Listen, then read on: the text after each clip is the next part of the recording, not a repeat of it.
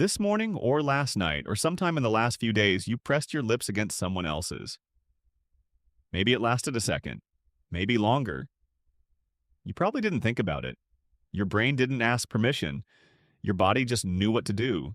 But pull back far enough and that small automatic act stops looking automatic at all. For most of human history, there's no clear evidence anyone was doing this. Not romantically, not the way you understand it. Anthropologists who study the deep past have found burial sites, tools, cave paintings, even ancient board games. What they have not reliably found for tens of thousands of years is proof of a kiss. That is strange because kissing feels ancient. It feels built in. Every single one of your ancestors going back hundreds of thousands of years survived without ever once being taught in any recorded way that this was something people did. So here's the question underneath the question. If kissing isn't written into your biology the way breathing is, where did it actually come from? And if it came from somewhere specific, what does that mean about something you've always assumed was instinct? You're about to find out it might not be instinct at all. Not entirely. And the story of how it spread across the world is stranger and more recent than almost anyone expects. Start with the body itself. Your lips are unusual. Vaughn Bryant, an anthropologist at Texas A&M University, who has spent decades tracing the history of kissing, points out that human lips are unlike those of almost any other primate. They're everted, meaning the soft inner tissue is turned outward and exposed, dense with nerve endings. That tissue didn't evolve for kissing. It evolved for something else entirely, likely tied to how humans eat, speak, and read each other's faces. Kissing may simply be a behavior that later took advantage of equipment your body already had. Here's the pattern, interrupt worth sitting with. Some primates do something that looks like kissing. Bonobos, one of our closest living relatives, press their mouths together during moments of reconciliation and social bonding. Researchers studying bonobo behavior, including work built on Franz de Waal's decades of primate studies, have documented this repeatedly. So the raw material for mouth-to-mouth contact as a social signal may be older than humans themselves. But raw material is not the same as a fixed romantic ritual. What humans did with that raw material is where the story gets complicated. For a long time, the popular idea was that kissing evolved from mothers pre-chewing food and passing it mouth-to-mouth to infants, a real practice still observed in some cultures today. It's a tidy theory. It's also incomplete. It explains a mechanism, not a meaning. It doesn't explain why an act tied to feeding a baby would eventually become an act tied to romantic love. And it doesn't explain why some cultures across history skipped the romantic version entirely. That's the part that should stop you. Bryant's research, compiled from ethnographic records across more than 100 cultures, found that romantic sexual kissing is not universal. It is not found in every documented traditional society throughout history. Some cultures had no tradition of lip-to-lip romantic kissing at all before contact with outside groups introduced it. If kissing were purely instinctual, hardwired the way a startle reflex is hardwired, you would expect to find it everywhere, unprompted, in every isolated population on Earth. You don't. Sit with that for a second. Something that feels as automatic as breathing to you was, for a meaningful portion of human history and human geography, either absent or expressed in completely different ways. Some cultures greeted intimacy through mutual sniffing or nose pressing, sometimes called the Eskimo kiss in popular language, actually rooted in Inuit and other Arctic traditions involving smelling and rubbing noses and cheeks as a gesture of affection, not lip contact at all. So, if it isn't universal instinct, where does the earliest solid evidence point? Here's the payoff for the question you've been carrying since the opening. The oldest confirmed written references to kissing come not from Europe, but from ancient South Asia. Bryant's research, along with work published in the journal Science by researcher Troels Pank Arbol and colleague Sophie Lund Rasmussen, traces some of the earliest textual evidence of mouth-to-mouth kissing to Bronze Age texts from the region of modern-day India dating back over 3,500 years, including references in early Vedic-era manuscripts. From there, the practice appears to have moved outward, carried along trade routes and through conquest, eventually reaching the Mediterranean world. There's a specific and almost cinematic detail here.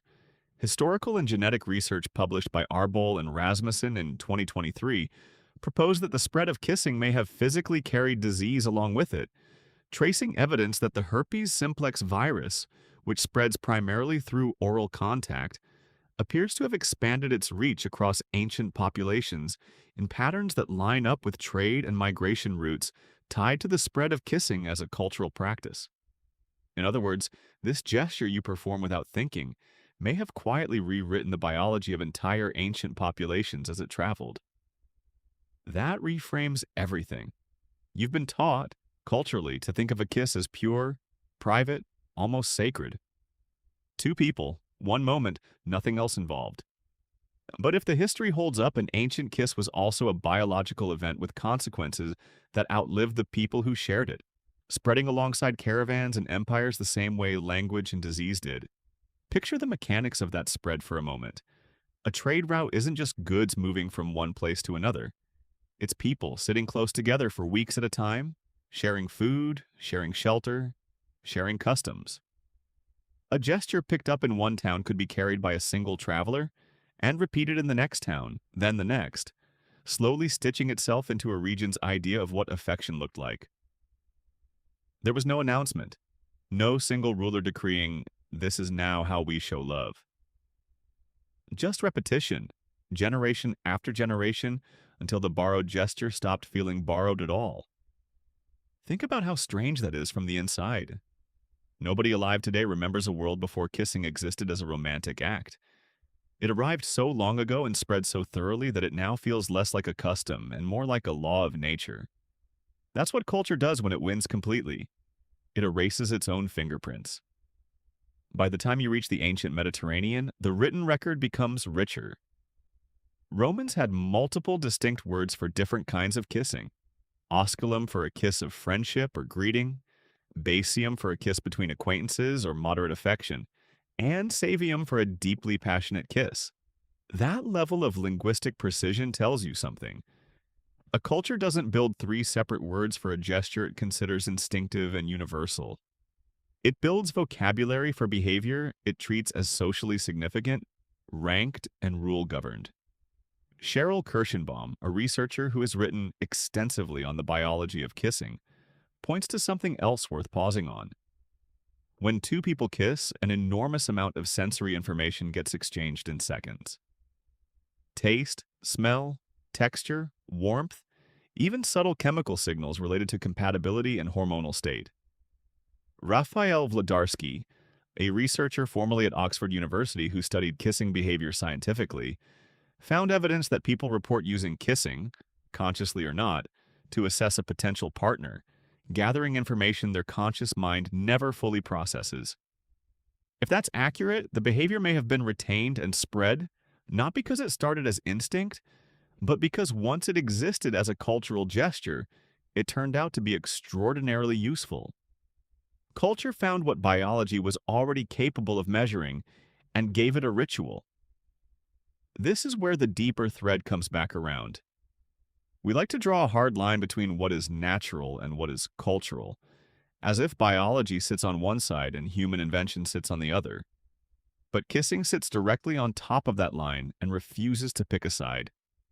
The physical wiring, the nerve density in the lips, the reward chemistry in the brain, that part is biological and old. But the specific act of pressing your mouth to someone else's mouth as a romantic ritual, spreading region by region, documented in some places and completely absent in others, that part looks a great deal more like an idea that traveled the way a song or a recipe travels, adopted, adapted, occasionally rejected. Consider the brain chemistry for a moment, because this is where the story stops being purely historical and becomes something closer to a live experiment your body runs every time it happens. A kiss triggers a rapid release of oxytocin, sometimes called the bonding hormone, alongside dopamine tied to reward and a temporary dip in cortisol, the stress hormone.